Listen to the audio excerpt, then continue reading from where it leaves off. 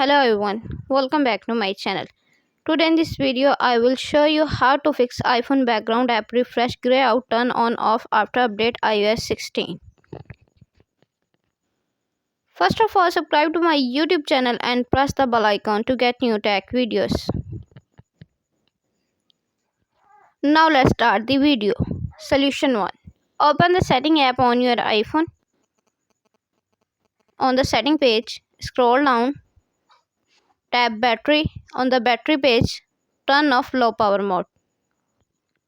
Solution 2. Then go back setting page. Tap screen time. Scroll down. Tap content and privacy restriction. Turn on content and privacy restriction. Solution number 3. Then go back setting page.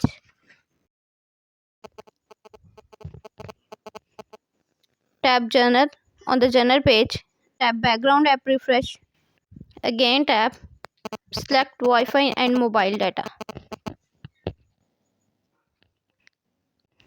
Solution number 4. Open the setting app on your iPhone. On the setting page, tap screen time.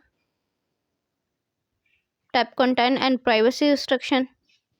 Scroll down. Tap background app activities. Select allow.